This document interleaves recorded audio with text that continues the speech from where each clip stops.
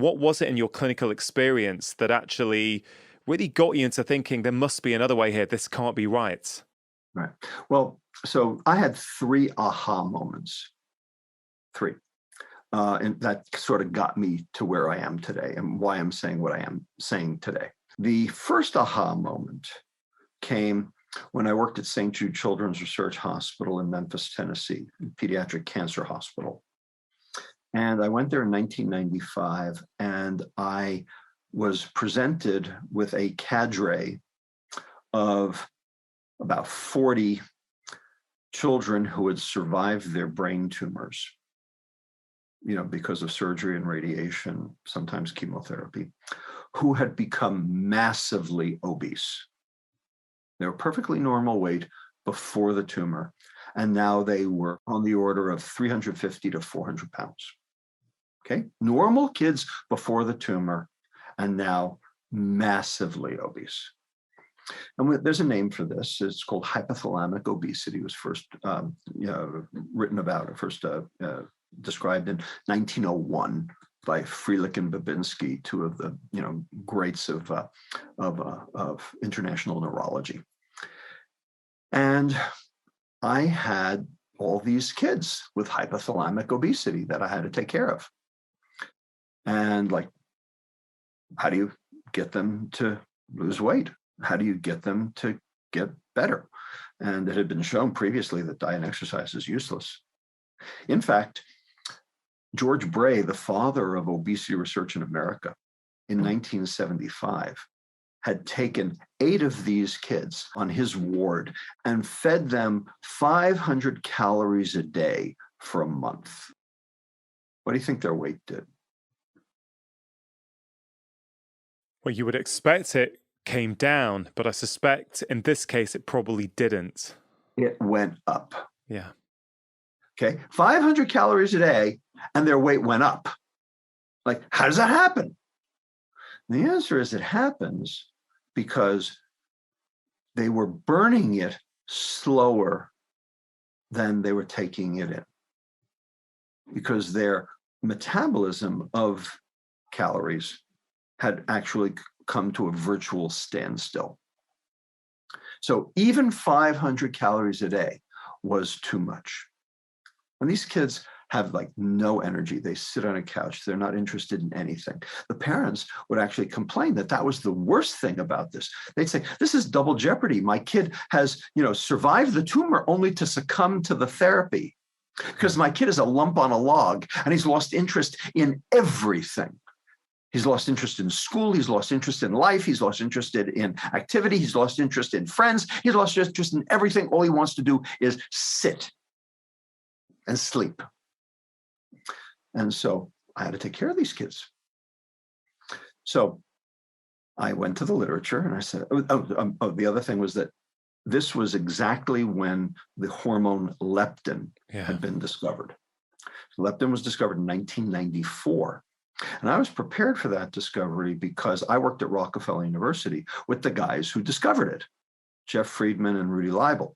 Okay, we were all the MDs at Rockefeller University, all had to take call in the hospital together. So we were always trading, call dates and everything. So everybody knew what everybody else was doing. So I knew that they were trying to clone this, this hormone, out of these mice. And so when they did in 1994, I was very prepared for it. So I moved to St. Jude and I had these kids, and it's what am I going to do for them? And I postulated right then that these kids must have leptin resistance. These kids can't see their leptin. And the reason is because their hypothalamus is dead, because we killed it because of the tumor or the surgery or the radiation. And so because they can't see their leptin, their brain thinks they're starving. So the question was, okay, their brain thinks they're starving. What's downstream of leptin? What's actually making them gain the weight? The starvation's why they're hungry, but what's making them gain the weight? Well, we knew that these kids made a lot of insulin. And we knew that there's this animal model of damaging the hypothalamus, and they put out enormous amounts of insulin, and you could actually stop that by cutting the vagus nerve. The vagus nerve is the nerve that leads from the brain to the pancreas, and then the insulin would go down. So I said, well, I can't cut their vagus nerve. I'm not a surgeon, and that's a little drastic. But what if I gave them a medicine that suppressed their insulin release? And so we gave them a drug called octreotide, a drug that is used by endocrinologists to usually suppress growth hormone release, but it also suppresses insulin release. So we repurposed it, and we gave it to these kids, and lo and behold, they started losing weight. And they couldn't lose weight before. George Bray showed they gained weight, but they were losing weight. And something even more remarkable happened. They started exercising spontaneously. One kid started competitive swimming. 2 kids started lifting weights at home. 1 kid became the manager of his high school basketball team, running around collecting all the basketballs. I mean, these were kids who sat on the couch, ate Doritos, and slept. And now they're active again. And the parents would say, oh my God, I've got my kid back. And the kid would say, this is the first time my head hasn't been in the clouds since the tumor. Yeah. So something had changed their relationship to the world, not just their relationship to food, but their relationship to the world. So we said, this is very interesting. So we did a double-blind placebo-controlled trial, and this time built a quality of life measure into the protocol.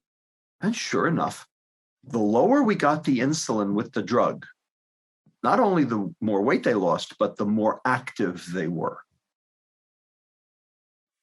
So what this did, the reason why this is so important, and the reason I'm spending so much time on it, Ranga, is because this turns the first law of thermodynamics on its head.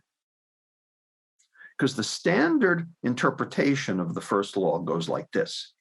The first law is, the total energy inside a closed system remains constant. Your energy can neither be created nor destroyed, just shifted around. Okay. The standard interpretation that we learn in medical school, and what the general public learns, is if you eat it, you better burn it, or you're going to store it. In which case, the storing part, the fat gain, is secondary to the primary problems, which are the eating and the burning, the gluttony and the sloth. Therefore, the weight gain is secondary to the gluttony and the sloth. Therefore, it's about behavior. Fix the behavior, fix the weight. What we showed in these kids was it's exactly the opposite. Turn it around. What we showed was if you're going to store it, that is a high insulin level leading to obligate weight gain, and you expect to burn it, that is normal energy expenditure for normal quality of life, because energy expenditure and quality of life are synonyms for each other, then you're going to have to eat it. And now the storage is primary and the behaviors are secondary. The gluttony and sloth are actually because of leptin resistance. So we get sick first and then the weight comes afterwards. That's right. We get sick first and the weight is secondary. That's exactly right. So this is, monumental. This is huge. But of course, it goes against everything that we are taught, and it goes against everything that, doctors routinely believe. But this was my first aha moment. My second aha moment came in 2006. So I realized that insulin was the bad guy, and we started then changing what we did in clinic.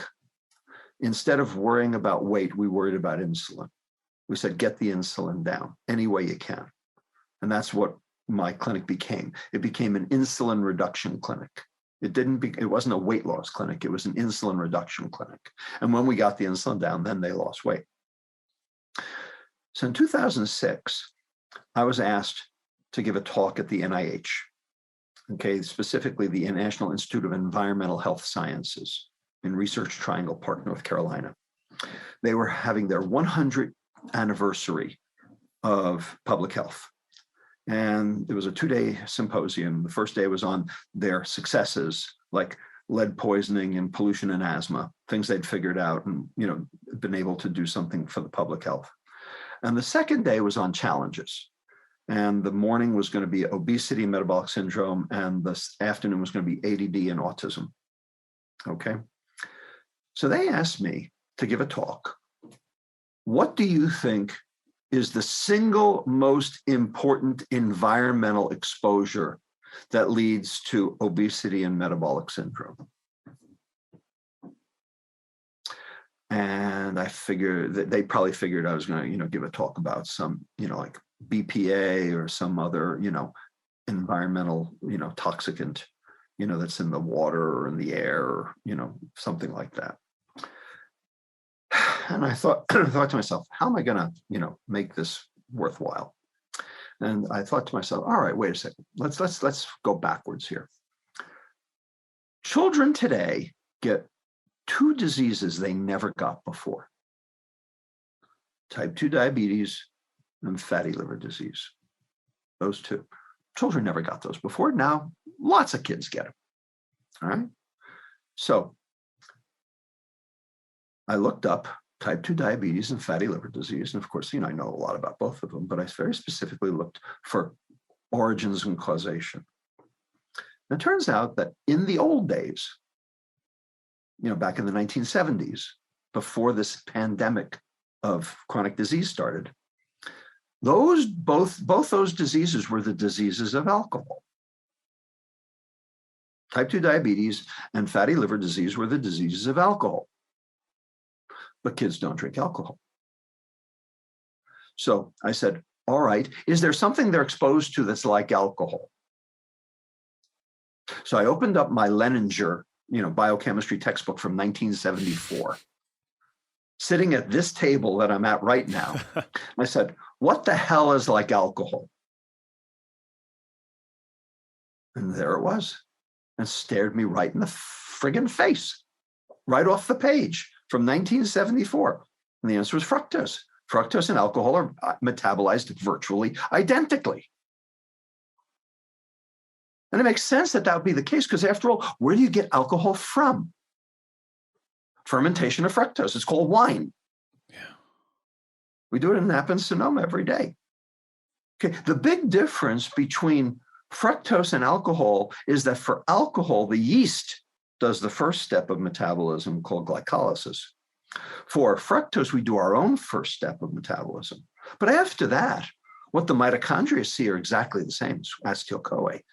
It's just a question of which was the substrate. Was it the ethanol or was it the fructose? But ultimately, they end up with the same fate. So it's very clear, all of a sudden, right, looking at that right there, that this is the substrate that is driving both the type 2 diabetes and the fatty liver disease. Mm-hmm. So I put together a talk, and I went to North Carolina, and I said, this is what I think's going on, and here's why. Half-hour talk. And then there was the bathroom break. And, I got my applause, and then everyone left the room, and they didn't come back. I'm standing there at the podium talking with, this person, that person, and no one's coming back for the next session. And then I had to use the bathroom. So I went out, and I actually got tackled in the friggin' bathroom of the NIH by a bunch of crazed toxicologists screaming at me saying, oh my God, you're right. This makes perfect sense. This is the toxin. You have to tell everyone about this. I guess I'm still doing it. I guess you still are. So if the toxicologist went berserk, might be true. And then that was the second aha. And then the third aha was not even my aha. It was my colleague's aha, but I adopted it. So we got very interested in sugar here at UCSF after that. And we actually have a group of us we call the Sugar Hill Gang. They're actually referenced in the book here. But my colleagues, Kristen Carnes, Laura Schmidt, and Stan Glantz, started looking at the paper trail of the food industry back in the 1960s and found the actual paper trail that showed that the food industry paid off scientists to exonerate sugar and figure saturated fat as the bad guy. We actually found their documents that showed the money transfer and the communications, just like what the January 6th committee is doing now, follow the money. And we actually proved that the sugar industry put their thumb on the scale back in the 1960s to exonerate their product, because there had been data that had been coming out at that point showing that sugar was not good for you. In fact, that's what John Yudkin found. Remember, Pure, White, and Deadly. And he had found, shown that data. And so people were starting to cast a fisheye at sugar. And so they had to go into overdrive mode to PR this problem away. And so they approached the chairman of the Department of Nutrition at the Harvard School of Public Health, Fred Stair, and his associate, Marg Hegstead, who ended up becoming the head of the U.S. Department of Agriculture in 1970, to pay them off $6,500 back then, which would be about $50,000 today, to write 2 review articles to appear in the New England Journal of Medicine that basically said saturated fat's the bad guy and sugar is no problem whatsoever. So that's the third aha moment. It's all a scam. The whole thing's a put-up job. And that's why I wrote Metabolical. If you enjoyed that clip, here's another powerful clip that I think you are really going to enjoy.